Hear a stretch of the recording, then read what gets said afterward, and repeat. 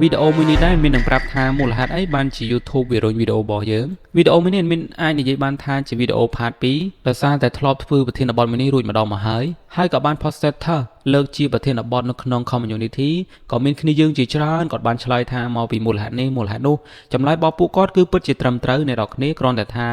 យើងបន្ថែមពីលើនឹងបន្តទៀតតោះឥឡូវមាននឹងប្រាប់5ចំណុចបន្ថែមទៀតដែលធ្វើឲ្យវីដេអូនៅក្នុង channel របស់យើងវាដើរអញ្ចឹងចំណុចទី1បងប្អូនច្បាស់ជាដឹងហើយដោយសារតែមានបងប្អូនយើងជាច្រើនគាត់យល់ហើយតាក់ទងទៅនឹងការទស្សនាយូរនៅក្នុងវីដេអូរបស់យើងមួយការធ្វើវីដេអូឲ្យអ្នកមើលនឹងគាត់មើលបានយូរនោះវីដេអូរបស់អ្នកនរគ្នានឹងដើរតែម្ដងចំណុចទី2តាក់ទងទៅនឹងការធ្វើ thumbnail ឲ្យតាក់ទាញហើយចំណុចហ្នឹងគឺអ្នកនរគ្នាអាចស្រាវជ្រាវបានហើយដោយសារតែមានធ្លាប់រៀនផងដែរចំណុចទី3តាក់ទងទៅនឹងប្រធានបទគឺអ្នកនរគ្នាក៏យល់ដូចគ្នាចំណុចទី4ការសន្សំបន្ទុកចំណុចទី4នេះគឺអ្នកនរគ្នាមិនដែលធ្លាប់ដឹងពីមុននោះទេសូម្បីតែ content creator នៅក្នុង YouTube នៅក្នុង Facebook អីហ្នឹងក៏គាត់មិនដែលចាប់អារម្មណ៍តាក់ទងទៅនឹងចំណុចហ្នឹងផងដែរចំណុចទី4នេះមានសុំនិយាយបើកវងកញ្ចក់ឲ្យរៀងវែងឆ្ងាយតិចទៅដោយសារតែវាថ្មីសម្រាប់អ្នកនរគ្នាហើយក៏ថ្មីអូខេចំណុចមួយហ្នឹងអាចនិយាយបានថាវាតាក់ទងទៅនឹងតើចំនួនវីដេអូប្រមាណដែលធ្វើឲ្យវីដេអូរបស់យើង channel របស់យើងហ្នឹងវារុញអីចឹងដែលមានដាក់ឈ្មោះថាការសន្សំបន្ទុកឬមួយក៏ការសន្សំម៉ងណាមានសុំលើកឧទាហរណ៍ channel របស់មានតែម្ដងដោយសារតែកាលពីឆ្នាំមុនហ្នឹងមានបានធ្វើវីដេអូផុសចោលអញ្ចឹងណាប៉ុន្តែអត់មានអ្នកមើលនោះទេអ្នកនរគ្នាផ្ទុះបានតែ2 3វីដេអូទេហើយអត់មានក៏ទៅតែនឹកឃើញមកធ្វើលេងអញ្ចឹងណាដោយសារតែមានចង់បានfan ហ្នឹងគាត់ជាអ្នកផ្នែកបរិញ្ញាណាហើយចំណុចនេះក៏ជាចំណុចរសើបមួយចំណុចដែលអ្នកនរគ្នាគួរតែចាប់អារម្មណ៍ដូចជាអ្នកនរគ្នាភាគច្រើនដែលមានឃើញគាត់ធ្វើបានមកវីដេអូ2វីដេអូទៅក៏សួរមានថាម៉េចក៏របស់គាត់នឹងអត់មានអ្នកមើលសោះអញ្ចឹងបងតើគួរធ្វើមិនការពិតទៅអ្នកនរគ្នាគួរតែធ្វើវីដេអូឲ្យបានរៀងច្រើនបន្តិចទៅដើម្បីយកបទពិសោធន៍ហើយចាំសួរគេអ្នកនរគ្នាធ្វើបដាយើងសង្កេតមើលបដាទៅលក្ខណៈថាធ្វើឲ្យបានច្រើនអ្នកនរគ្នាបាន10 20វីដេអូទៅឲ្យជាបទពិសោធន៍យើងប៉ុន្តែបងប្អូនថាបងអើយមិនក៏ឲ្យខ្ញុំធ្វើវីដេអូច្រើនម៉េចហើយ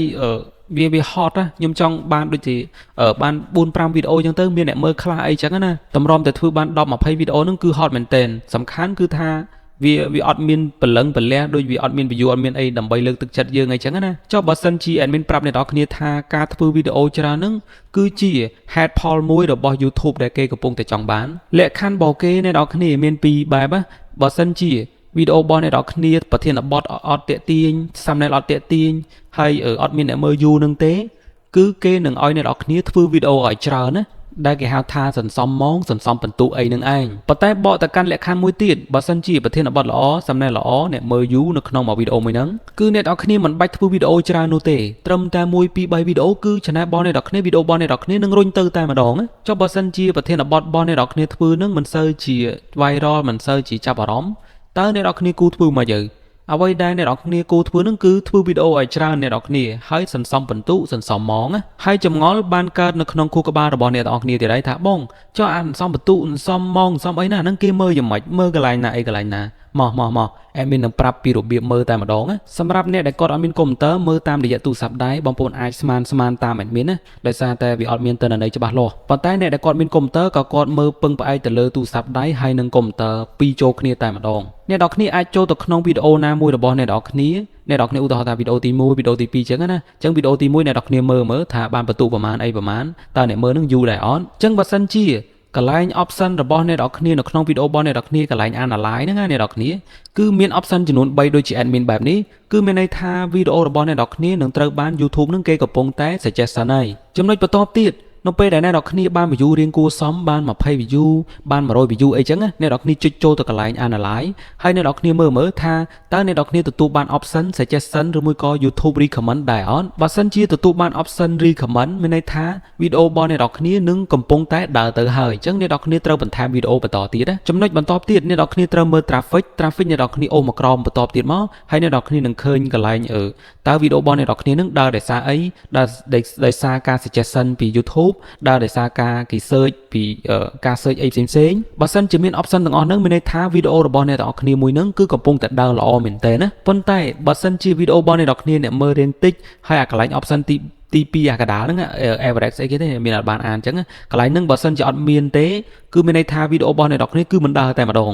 option កដាលហ្នឹងគេហៅថា impression click អ្នកទាំងអស់គ្នាមានទៅតែមើលមិនអញ្ចឹង ឥឡូវមានសូមបង្ហាញ analyze វីដេអូរបស់មានមួយដែលវីដេអូហ្នឹងកំពុងតែ viral វាទទួលបាន YouTube recommend ហើយនឹង YouTube search និយាយទៅគឺ option ដែល YouTube ដែលវារុញប្រមាណហ្នឹងគឺវាទទួលបានទាំងអស់តែម្ដងណាអញ្ចឹងបានវីដេអូមួយហ្នឹងគឺទាញឲ្យ channel របស់មានហ្នឹងគឺមានអ្នកទស្សនាមានអ្នក subscribe ហ្នឹងគឺលឿនខ្លាំងមែនទែនអូខេតោះឥឡូវសម្រាប់អ្នក commenter វិញម្ដងសម្រាប់អ្នក commenter បងប្អូនអាចចូលទៅក្នុង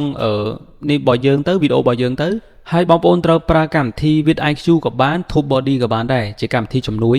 ហើយអ្នកនរគ្នាមើលកន្លែងនេះកន្លែង VPH នេះបើសិនជាអ្នកនរគ្នាដាក់មកទៅលើកន្លែង VPH នេះឃើញមានលេខមានអីចឹងគឺមានន័យថាវីដេអូរបស់អ្នកនរគ្នាមួយហ្នឹងគឺកំពុងតែដើរ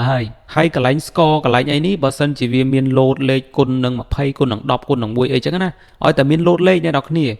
ចឹងមានន័យថាវីដេអូរបស់អ្នកនរគ្នាមួយហ្នឹងគឺកំពុងតែដើរដូចគ្នាចឹងណាហើយចំណុចបន្តបន្សំហ្នឹងគឺការមើល analyze ដូចជាអ្នកដែលគាត់មានទូរស័ព្ទដៃដែរចឹងមានន័យថាអ្នក commenter ក៏គាត់ត្រូវមើលនៅក្នុង commenter ផងត្រូវមើលនៅក្នុងទូរស័ព្ទដៃផងដូចគ្នាអូខេចំណុចមួយនេះដូចជារៀងច្រើនពេកហើយអ្នកនរគ្នាតោះឥឡូវយើងតដល់ចំណុចចុងក្រោយគឺចំណុចទី5ទាក់ទងទៅនឹងប្រភេទ category កាលពីមុនគឺអត់សូវសំខាន់នោះទេអ្នកនរគ្នាប៉ុន្តែឥឡូវនេះ YouTube បានបែងចែកដាច់ស្រឡះតែម្ដងណាcategory បរិញ្ញាគឺ category បរិញ្ញា category បទចម្រៀងគឺបទចម្រៀងការធ្វើសម្រាយរឿងគឺសម្រាយរឿងតែម្ដងអត់មានដាក់ category ច្បុកច្បល់លាយឡំគ្នាដោយការមុននោះទេបើសិនជាអ្នកនរគ្នាដាក់ category ត្រូវនោះវីដេអូរបស់អ្នកនរគ្នានឹងរីកទៅតែម្ដងអូខេមានតែប៉ុណ្្នឹងឯងអ្នកនរគ្នាដូចជានិយាយវែងឆ្ងាយពេកហើយបាទអរគុណបើសិនជាមានចង្អល់អីបន្ថែមទៀតអាច comment នៅក្រោមវីដេអូនេះបានណាអរគុណបាយបាយ